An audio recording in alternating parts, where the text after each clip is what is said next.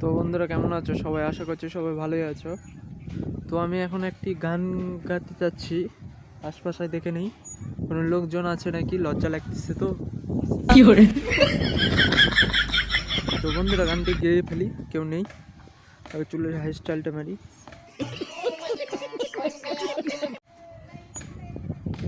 আচ্ছা বলি।